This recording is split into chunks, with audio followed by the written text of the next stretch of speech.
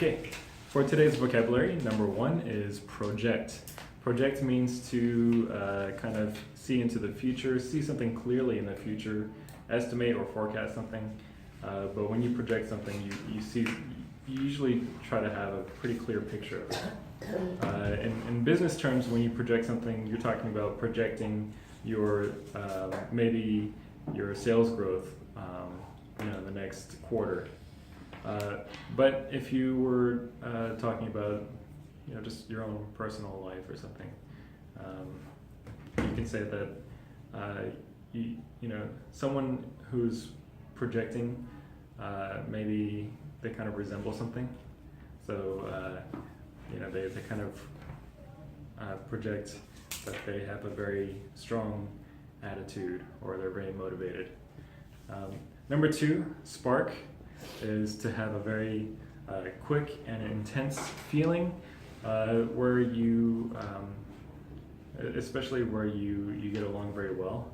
So we often say that when people have a very successful date, that sparks were flying. We say sparks were flying. Number three, articulate, is to express yourself or an idea, or even like a business proposal very well. You're communicating it very fluently and people understand it very well. Yeah.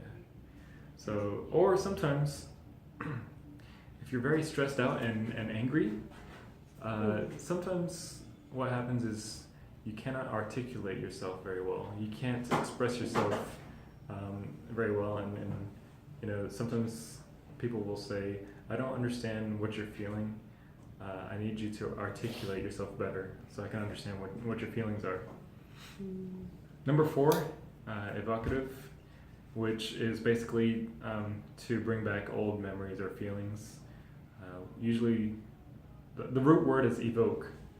So we'll say, oh, you kind of evoke memories of my grandmother or something. You make me feel like I'm with my grandmother. And then number five, transport, to cause a strong feeling of emotion, to get carried away with something. Normally I hear this with like when you think of an old memory. Yeah.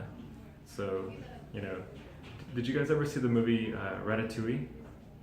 Ratatouille, the animation? Yeah.